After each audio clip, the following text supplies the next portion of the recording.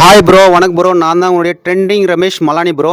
இப்போ நம்ம பிள்ளையார்கிட்ட வந்திருக்கோம் ப்ரோ. இந்த பிள்ளையார் வந்து எங்கே இருக்காங்கன்னு சொல்லிட்டு பார்த்தீங்கன்னா, வேலூர் மாவட்டம் குடியாத்தம் போஸ்பேட்டை, அதாவது தென்னந்தோப்பு தெரு, அந்த தெருவில் இருக்கக்கூடிய பிள்ளையார் தாங்க. எவ்வளோ அழகாக வந்து பண்ண கலர் மட்டும் பாருங்கள். இதுக்கு வந்து பண்ண ரெட்டு கலரில் ரொம்ப சூப்பராக வந்து இருக்குது பாருங்கள். இந்த பிள்ளையார் நம்ம பார்க்குறதுக்கு மேலே வந்து பாருங்கள் கிருஷ்ணர், அதுக்கடுத்து ராதா அவங்க பக்கத்தில், அதுக்கடுத்து வந்து பார்த்தா பிரம்மாண்டமான முறையில் சுமாராக இது வந்து பார்த்தோன்னா 11 அடிக்கு மேலே வந்து இருக்கிறது.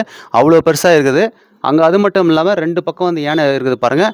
அவ்வளோ அழகாக இருக்கிறது. கண்டிப்பாக வந்து பார்த்தா நம்ம பார்க்குறதுக்கு கண்குள்ளா காட்சியாக இருக்கிறது. இது பாருங்கள், இங்கே உக்காந்துருக்குது பிரம்மாண்டமான முறையில் வந்து இவர் பிள்ளையார் வந்து உக்காண்ட்ருக்காரு. அவ்வளோ சூப்பராக இருக்குது பாருங்கள். இங்கே பாருங்கள், இந்த கைகள் மட்டும் நம்ம பார்க்குறதுக்கு அவ்வளோ பிரம்மாண்டமாக இருக்கிறது.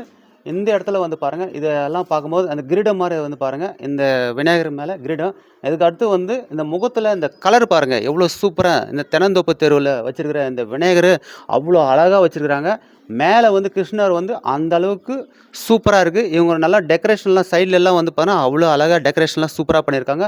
அப்படியே வந்து பார்த்தா காட்டுங்க, சுத்தூர் வந்து பாருங்கள் எவ்வளோ டெக்கரேஷன் வந்து அழகான முறையில் வந்து இருக்கிறது. ஸோ அதுக்கடுத்து வந்து பார்த்திங்கன்னா, இந்த பிள்ளையாரை வந்து பார்க்குறதுக்கு கலரை வந்து பாருங்கள், அந்த ரெட்டு இது ஒரு வித்தியாசமான கலரு தான் நம்ம சொல்லணும். கண்குள்ளா காட்சியாக இருக்குது, கண்ணில் ஒத்திக்கிற மாதிரி இருக்குது பாருங்கள். ஸோ தென்னந்தோப்பு தெரு இங்கே போஸ்பேட்டில் இருக்கக்கூடிய இந்த இடத்துல வந்து பண்ண பிள்ளையாரை வந்து நீங்களாம் பார்த்துட்டு போனீங்களான்னு சொல்லிட்டு கமெண்ட்ஸ் பண்ணுங்கள். அது மட்டும் இல்லை, பிள்ளையார்கிட்ட வந்து பாருங்கள் இன்னொரு பிள்ளையார் இருக்குது. இந்த மண்ணில் செய்யப்பட்ட பிள்ளையார் வந்து இருக்குது பாருங்கள். இது போல் நம்ம வந்து பிள்ளையார் ஒவ்வொரு வீட்லேயும் வந்து வச்சுட்டு வேண்டினாலும் ரொம்ப நல்லது.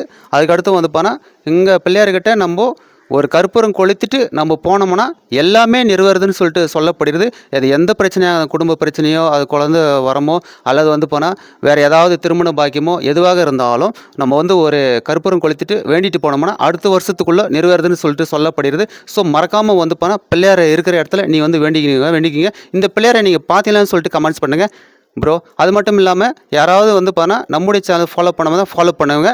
இது போல் கோயில் வீடியோ வந்து தெரிஞ்சுக்கணுன்னா நம்முடைய சேனலை வந்து நீங்கள் ஃபாலோ பண்ணுங்கள். அடுத்த ஒரு வீடியோவில் சந்திக்கலாம் ப்ரோ. நான் தான் உங்களுடைய டிஆர் ப்ரோ. தேங்க்யூ.